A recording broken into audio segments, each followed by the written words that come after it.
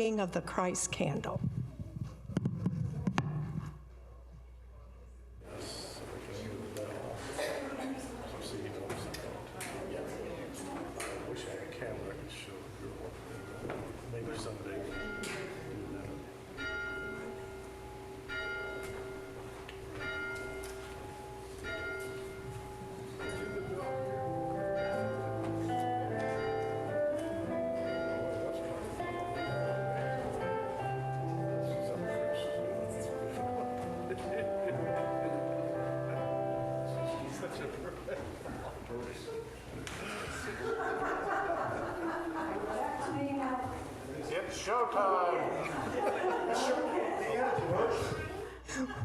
We are a bunch of imperfect people, just know that.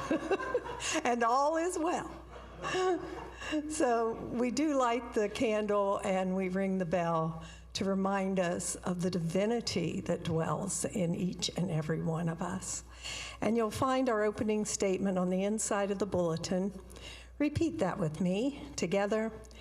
There is only one presence and one power in the universe and in my life, God, the good omnipotence. And sit with that truth for just a moment. Allow it to anchor into your heart. And repeat it with me once more. There is only one presence and one power in the universe and in my life, God, the good omnipotent. And so it is. Our songs this morning are led by Ron and accompanied by Rick. Good morning. Welcome. Would you please stand and we'll sing Surely the Presence right inside your front cover.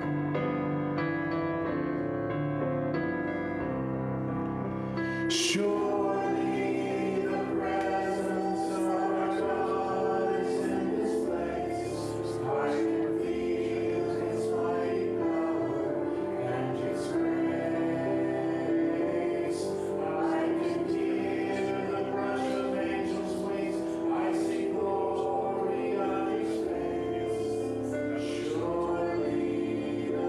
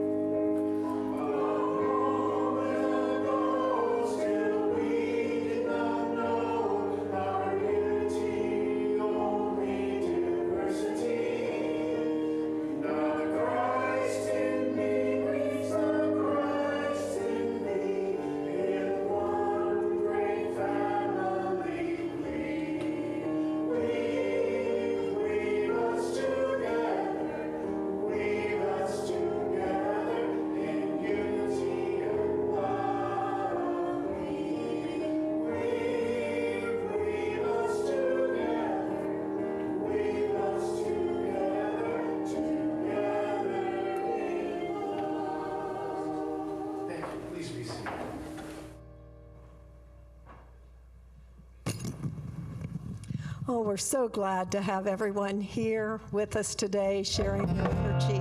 Whoops. I told you we're not perfect now. Oh, I know we have a first-time visitor. Rick's wife, Samantha, is with us. If you give her a warm unity welcome. And I think everyone else is family, so thank you for being here today. For announcements, after the service, you can join the Zoomers for a discussion of the service. All you do is, if you have the Zoom app on your phone, you can go in that way or go to your laptop and open up Zoom, type in the church phone number 304-345-00221. And when it asks for a password, type in 1111, and then you can join the Zoomers for a discussion. Also on Zoom on Thursday nights at 8 o'clock, there is a book study group. And we have wonderful volunteers that keep this church going. And the AV department is in need of people to learn how to run the in-person end of the AV for the Zoomers, and so it can be on YouTube later to listen to. Now, we've got one person has stepped up, but it would be good if we could have two people, because sharing the load always makes it a lighter experience, a more joyful experience. So if you're interested in learning the AV end of things, just Danny, he's standing up there in the back. If you don't know Danny Walker. I just want to say, Amy stepped up for the first time. Yay, Amy! Yay, Amy! So if you would like to join Danny and Amy and Chris and Rich on the AV, just talk to Danny and they will set you right up there. And I believe that is all the announcements that I have. So I will turn it over to Marybeth for a welcome. You hooked up. Good morning. Thank you for spending part of your Sunday with us. I'm Marybeth Beller. I serve on the board here at Unity. And I want to welcome you to this really special place. Unity is a place where we celebrate love and spiritual wisdom in its many forms. Many of us are committed to practice the spirituality of Jesus, who taught us with his words and his actions a universal love for everyone and for everything. Unity promotes the idea that the light of God, the spirit of love, is within you, and that by practicing going within, you can discover this love, which is at the source of all life and all love and everything that there is in the universe. We gather together each Sunday to affirm our connection to this love and to support each other in our unique spiritual journeys. It is my hope that you will know that you are welcome here, just as you are, that you're absolutely free to be yourself and to believe whatever makes sense to you. While you are here, we invite you to take what works for you and to leave the rest at the door. Today, we're looking at the theme of releasing fear. I'll be talking about that later on. Affirmative prayer is a central part of what we do here at Unity. So let's do that right now. If you will, soften your gaze, let yourself smile, and say to yourself, I am a fountain of love. Love flows out of me. I am a fountain of love. Imagine that you're holding someone you love. Look them in the eye. Let your gratitude for them fill your heart. And say to them, thank you for teaching me how to love. Thank you for teaching me how to love.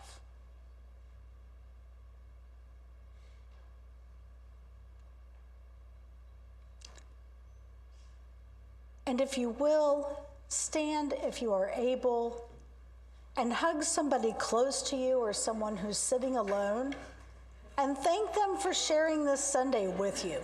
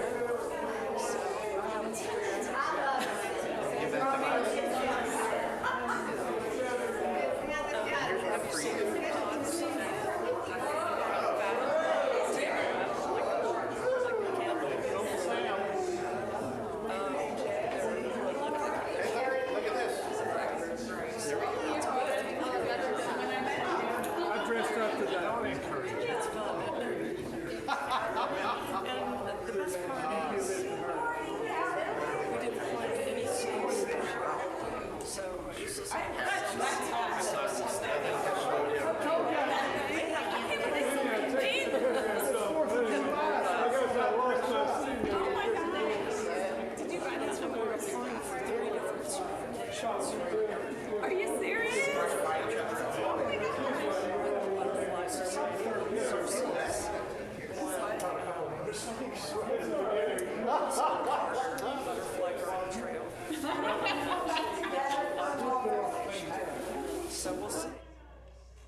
I want to encourage each of you to spend some time in silence every day and to remind you that God is your source, the pen is in your hand, and a new day is dawning for us all. Thank you.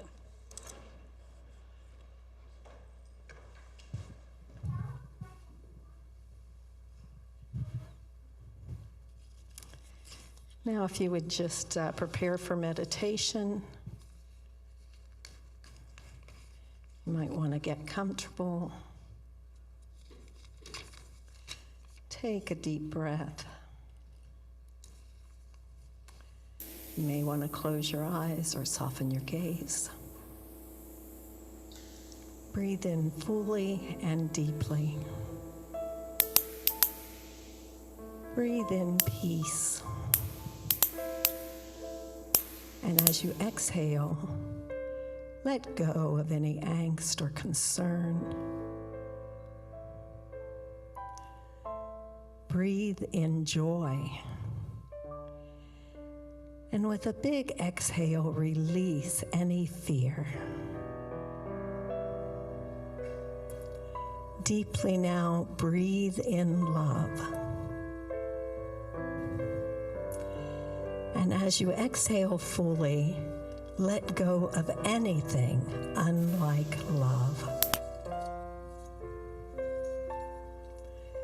With this next breath, take in appreciation for yourself and all you do. Release any fear. Release any feeling of hurry or worry. Peace is right here in this very moment. Feel your body relax and know the gift of peace. Life itself is found in your very breath. Inner peace is a quiet peace within that no one sees, that no one hears. It is a gentle and simple path. Each moment that we bring into our full awareness, we experience peace. We appreciate life.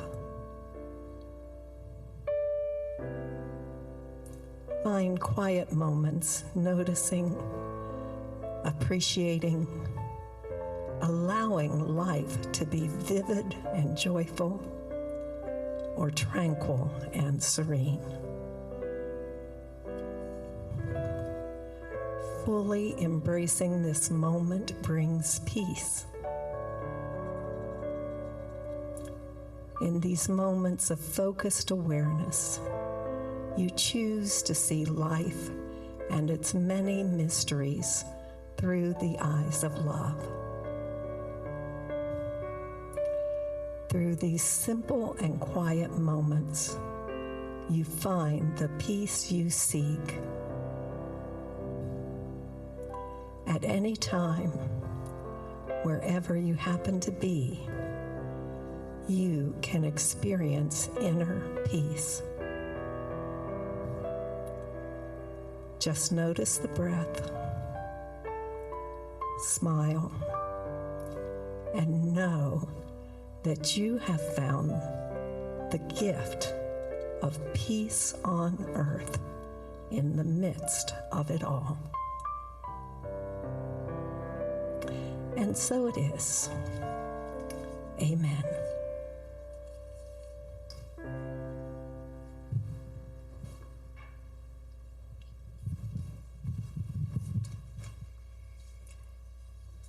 The daily word is world peace.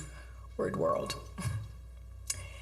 Affirming the divinity of all the world's people, I envision world peace. Peace is meant for every person of every faith in every land.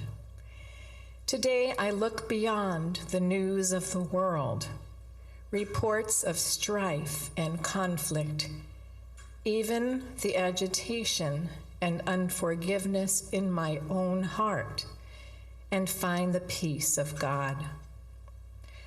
I believe the desire for lasting peace is within each person's heart. In prayer, I affirm this truth and envision this desire growing stronger among the world's people until peace can no longer be denied. It is our shared destiny to live in peace. When each person wants for all people what they want for themselves, harmony will blanket the earth. I affirm the peace I wish for myself is dawning in the hearts of others. In prayer, I see them safe and secure in the heart of God forever at peace. Now may the Lord of peace himself give you peace at all times, in all ways. The Lord be with all of you. Thessalonians 3:16.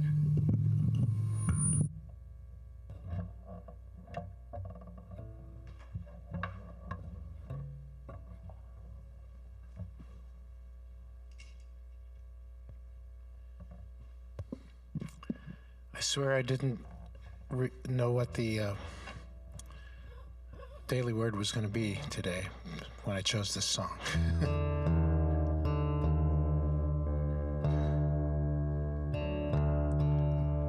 By the way, Jeff Hott is still suffering at the beach. But fortunately, again, we have my good friend Rick Poling is here this morning.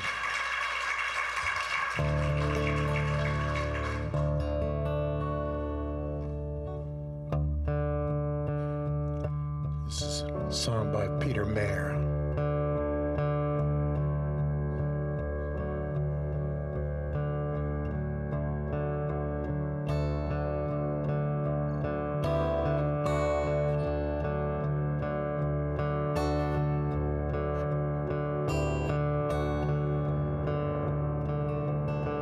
You can say that you stand apart, put a fence around your yard.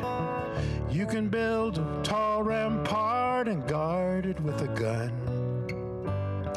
You can dig yourself a moat, burn the bridge and burn the boat. It doesn't matter that much, you know, because all the world is one. All the world is one.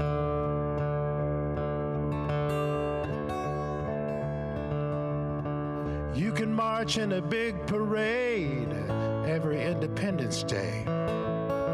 You can raise up your own flag and sing your own anthem. It will ring out in the air with all the other anthems there, till the winds of the earth declare that all the world is one. All the world is one.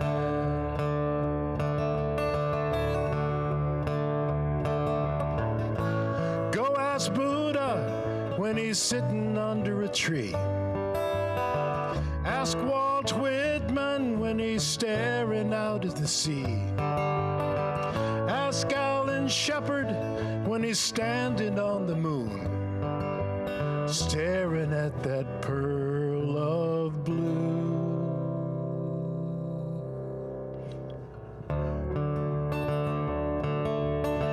Ask an atom in the breath you take and the water by the riverbank.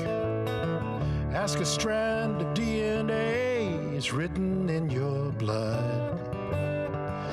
One life running in our veins, one light from one big bang. You can try and separate, but all the world is one.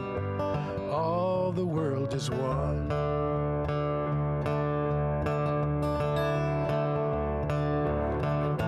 Go ask Buddha when he's sitting under a tree. Ask Annie Dillard when she's up on Tinker Creek. Ask Alan Shepard when he's standing up on the moon, staring at that pearl of blue. You can take an outbound train, try and make a getaway. You can ride off like John Wayne into the setting sun. But earthlings, they don't leave town. They just keep going round and round until they figure out that all the world is one. All the world is one. All the world is one.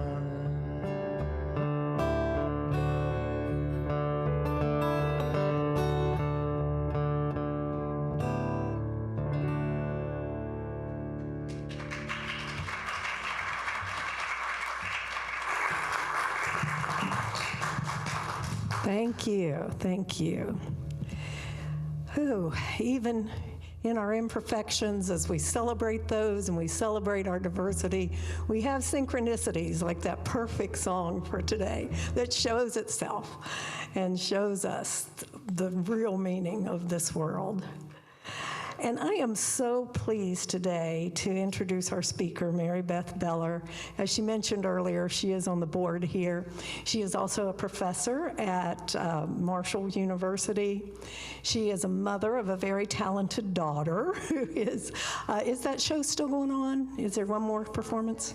Today is the last day to catch the love story of Robert Oppenheimer, and that's over on the east side, on the west side. It's in Huntington at the Alchemy Theater. It's in Huntington at the Alchemy Theater. So if you're not doing anything this afternoon, run out to Huntington and catch Rosa in a great performance.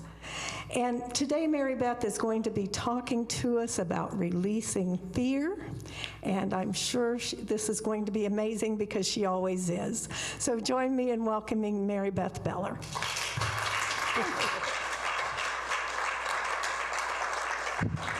Wow, thank you.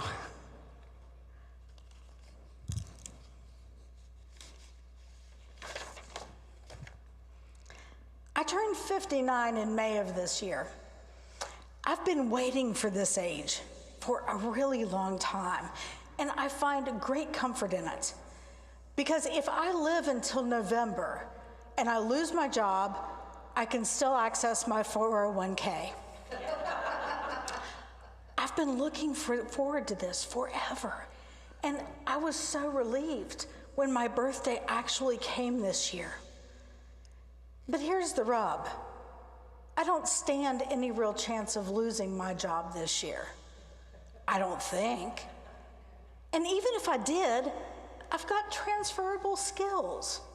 I can write, I can teach, I can cook, I can sew, and from time to time I've been known to clean a house. So why do I live in fear for my personal income? I have a colleague whose vita is much, much, much more prestigious than mine. And years ago, when we went through the big cut from the legislature to higher education, he and I met along with our spouses to commiserate our pending doom. And I found out that he lives in fear just as I do. And this is a man who's published no fewer than 8 books. So why?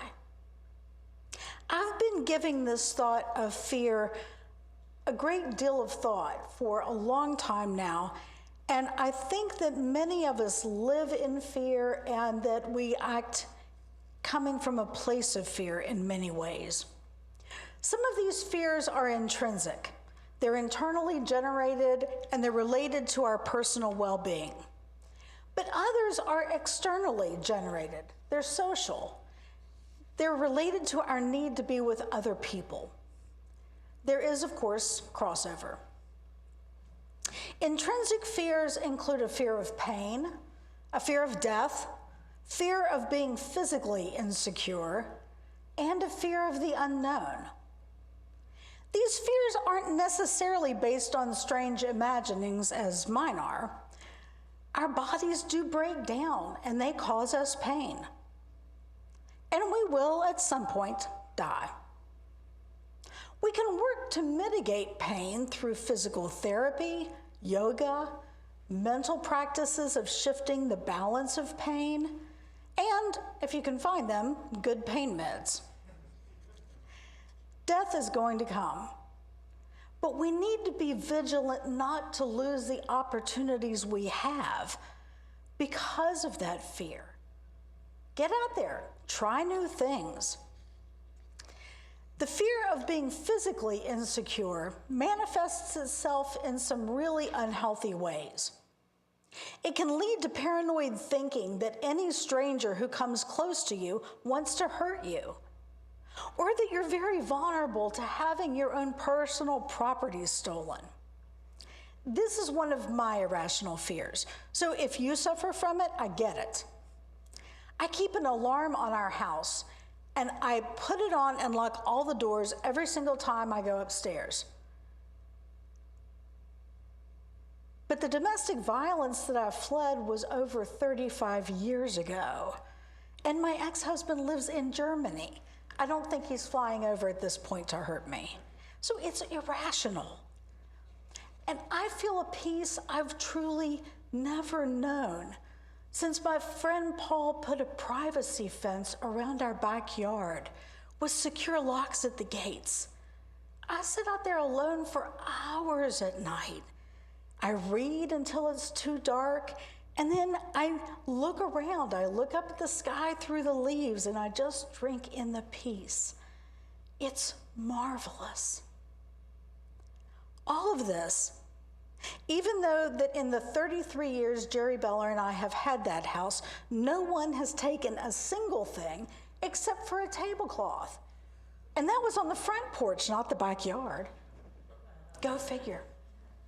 I often contrast my thoughts and actions to those of Unity's friend Ayla Achad, who lived alone here in a house in South Hills. Ayla learned to never lock her doors because, as she explained, locking the doors affirms that you live in fear. Take that in again. Ayla never locked her doors. Ayla, of course, was right, but I am nowhere close to doing what she did. Many of our fears are irrational, but the emotional responses that come from them are real. Fear of the other can lead us to very paranoid thoughts that are not supported by fact. Right now, many of our candidates for office prey on these fears by having even more tough on crime policies and playing up fear of the other. Fear of the unknown is probably the most interesting of these intrinsic fears. Our egos often create wildly irrational explanations for things to help us mitigate the fear of the unknown. Can't figure out why an innocent child died? Well, think about this invisible plan by a puppeteer who just wanted the child to die, but you can't figure it out yet. Can't figure out how your tax money is spent? Well, by all means, don't do any research. Not at all. Instead, invent a paranoid answer for some devilish plot that government employees and their supervisors are scheming to create. Or worse, find a group of conspiracy theorists who will help you increase your levels of fear through disinformation tactics. As if our internal fears aren't enough to lessen our quality of life, we also have social fears with which we contend. Social fears ultimately form from a basis of loneliness and the fear of being alone. We are social creatures, and we need companionship. But the fear of loneliness can lead us to some really dangerous ends. Chief among these is the fear of being judged. Will people dislike me if I do or say the wrong thing? What if I look weird when I engage in exercise or dance? What if my joke falls flat or people don't like my suggestion? Marshall University's president, Brad Smith, addressed this in one of his earliest speeches at the university by turning the tables on fear. Afraid that people don't like your idea? Well, rather than look inward, Smith said we must realize that we have a place at the table because our input is valued. Just because somebody disagrees with you is no reason not to speak up. In fact, you have an obligation to speak up when you see something wrong or when you have an idea of how to do something in a better way. In other words, get over yourself and contribute. The fear of being judged can lead to more pernicious behavior than failing to participate. It can manifest itself through fear of losing economic status, which often causes us to incur debt in order to keep up with the Jones. Will my friends think I'm terrible if my car isn't new? What if I live in a lower socioeconomic neighborhood? What if I can't go to the concert that they're going to? It's really not ever a good idea to go into debt just to keep up with the Joneses. And I'm really sure that there's a good chance that the Joneses would never go into debt to keep up with you. The fear of being judged often leads us to follow the most popular trends, even when those trends lead us to conspiracy theories or to relationships that are not beneficial. One very human trait is to find somebody to look down on in order to make ourselves feel superior. By looking down on people who are houseless, people who are immigrants, people who use drugs, people who are poor, and other marginalized folks, we make ourselves feel superior and erase the fact that all of these people are just like us. They too are human, with human needs and human emotions, who for any variety of reasons are in a difficult position that we might help if only we saw them as equal to ourselves. Hate groups act on fears in devastating ways. They promote ideas of fear, such as the racial replacement theory, that lead to Christian nationalism, and Project 2025 from the Heritage Foundation, which seeks to eliminate all diversity of thought and all diversity of leadership in our country. Many lonely people join these hate groups because it gives them a sense of belonging, a sense of superiority, and a sense of having answers to the unknown. And political leaders play upon these fears by convincing those of us who don't pay attention to facts that marginalized people somehow are threatening to the rest of us. It's as though we're playing this zero-sum game where if we help them, we lose. In his 1973 album that reached #1 on the country album Billboard charts, Chris Christopherson wrote about this, the hatred of others that stems from a fear of losing social status. This was long before the rise of Christian nationalism and Project 2025, but his words are as poignant today as they were then. I asked Ron if he would play it for us.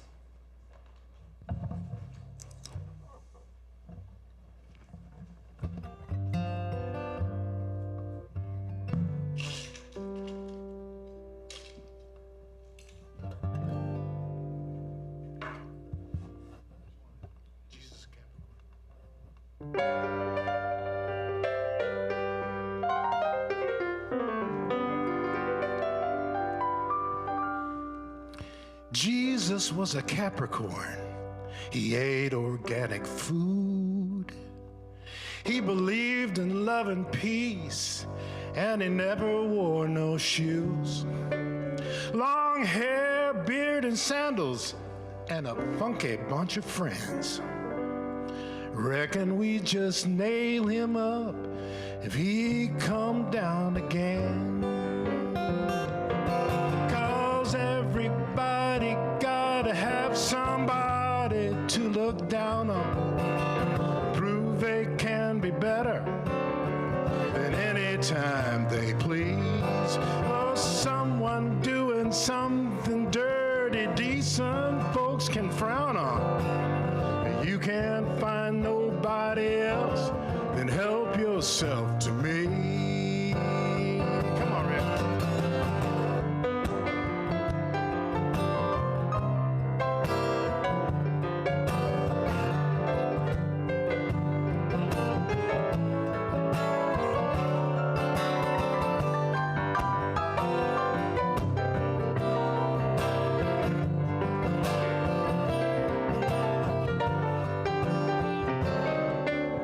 Okay, I got something to say.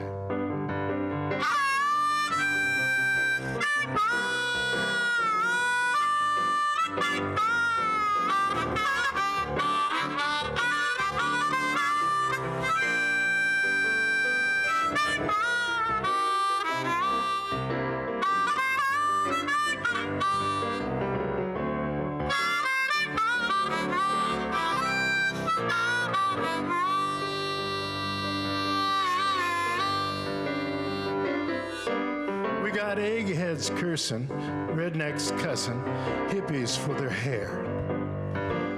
Others laugh at straights who laugh at freaks who laugh at squares. Some folks hate the blacks who hate the whites who hate the Klan. And most of us hate anything that we don't understand.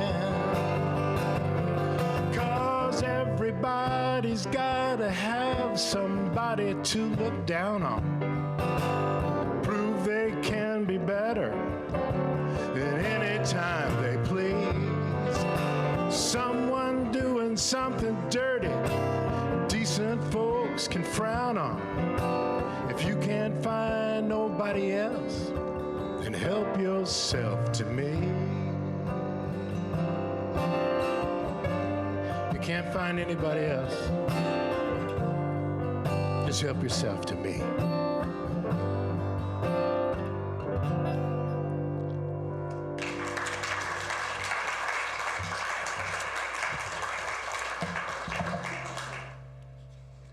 We have so many fears, intrinsic and extrinsic. But lucky for us, many of the thinkers that contribute to a unity philosophy have addressed ways to mitigate these fears. Unity's prosperity doctrine teaches us to appreciate that we are enough, that we have enough. We don't have to fear others or be afraid that we will lose if others are helped. True prosperity lies in knowing Spirit as our unfailing source of abundance. Norman Vincent Peale's remedy for those of us suffering from intrinsic fears is to recite this mantra: I can do all things through Christ, which strengthens me. I can do all things through Christ, which strengthens me. It's a quote from Philippians, but I think if we accept the idea that the Christ is within each of us, what it's really saying is that we have the strength to overcome these fears and to act in ways that benefit ourselves and our community. Peale suggests that we drive our prayers deep into our doubts, our fears, and our inferiorities. Pray deep, big prayers that have plenty of suction, and you will come up with power and vital faith. I want to read you a little bit more of what Peale writes. If your mind is obsessed by thoughts of insecurity and inadequacy, it is, of course, due to the fact that such ideas have dominated your thinking over a long period of time. Another more positive pattern of ideas must be given to the mind, and that is accomplished by repetitive suggestion or confidence ideas. Everywhere you encounter people who are inwardly afraid, who shrink from life, who suffer from a deep sense of inadequacy and insecurity, who doubt their own powers. Deep within themselves, they mistrust their ability to meet responsibilities or to grasp opportunities. Always they are beset by the vague and sinister fear that something is not quite right.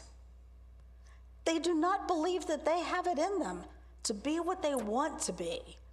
And so they try to make themselves content with being something less than that of which they are capable.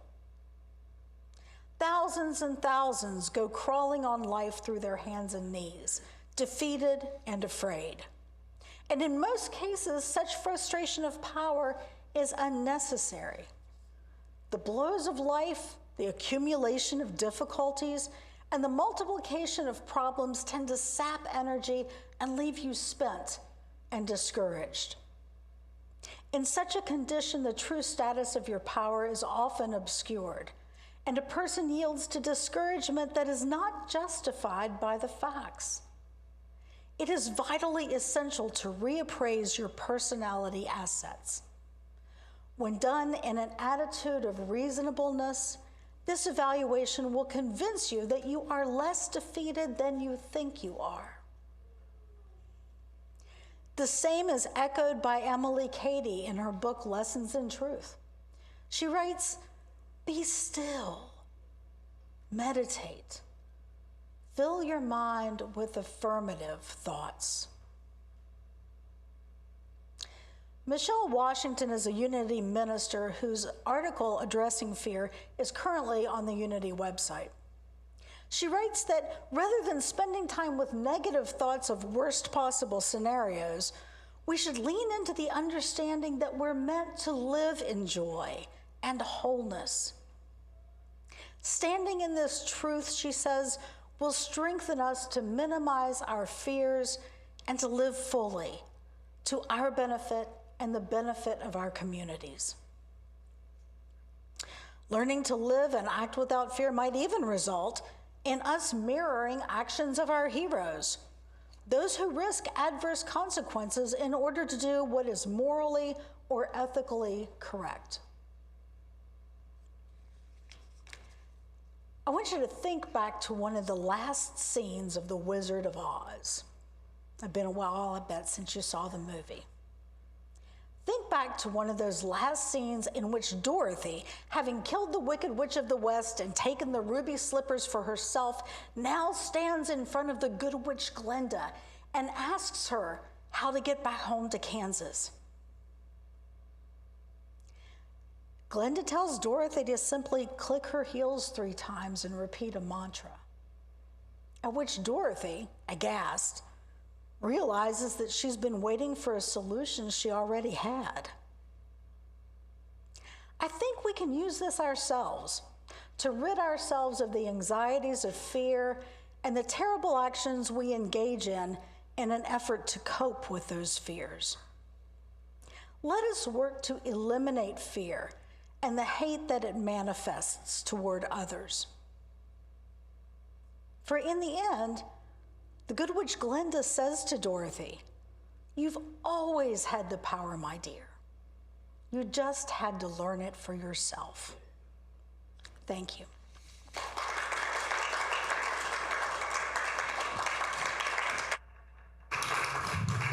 Thank you, Marybeth. If the ushers would come forward.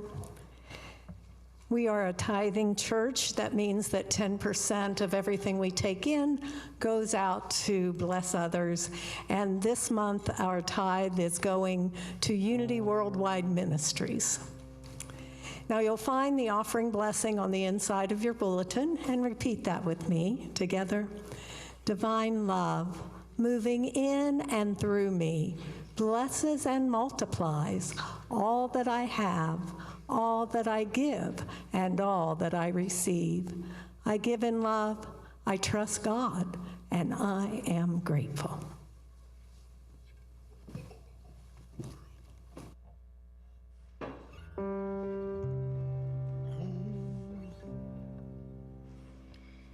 You've got to be taught to hate and to fear, day after day, year after year. It's got to be drummed in your dear little ear. You've got to be taught to hate and to fear. You've got to be taught before it's too late, before you were 6 or 7 or 8, to hate all the people your relatives hate. You've got to be carefully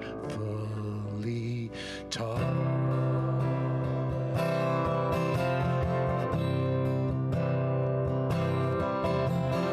We shall overcome. We shall overcome.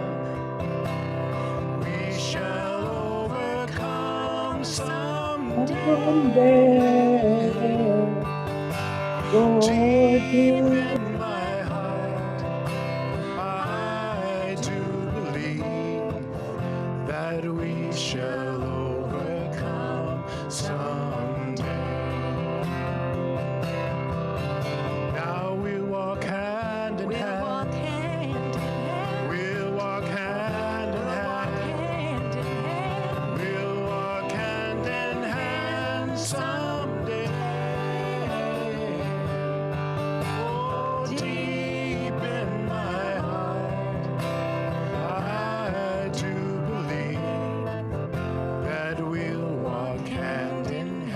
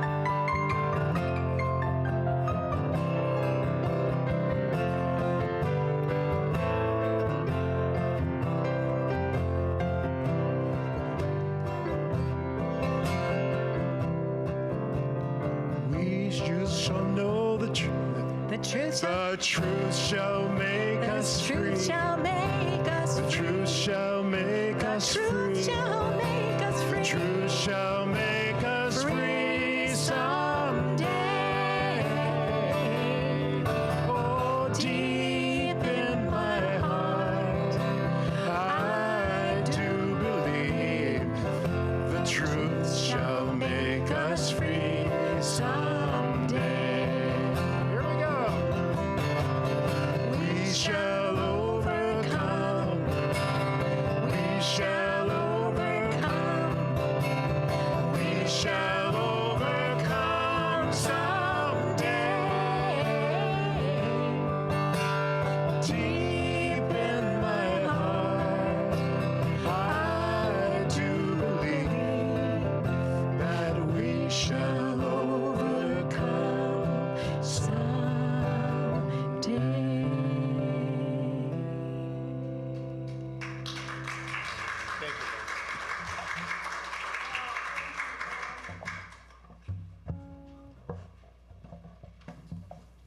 Okay.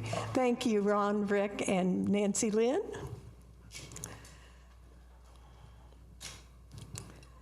So at this time, we give thanks for these gifts and offerings.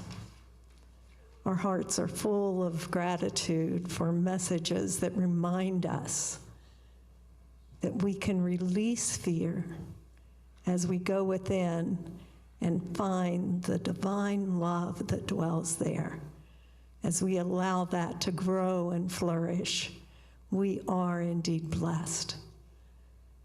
So we say thank you for everyone who shares of their time, their talent, and their treasure with this church. Thank you that we can come together to remind ourselves that we are divine love. And thank you that all this works together to make the world a better, more peaceful place. And so it is. Amen. Now, I am the prayer chaplain today, so if you would like a prayer or a blessing, I'll be hanging out in the back there for a little bit. Now, if you'd like to make a circle, we will have our peace song. I don't know of any birthdays. Does anybody have a birthday? Oh, Linda.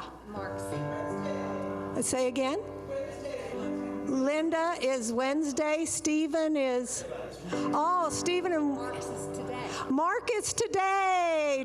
So let's sing happy birthday to Mark and Stephen and Linda. And Deb's was on Friday, so we have lots of birthdays. Okay.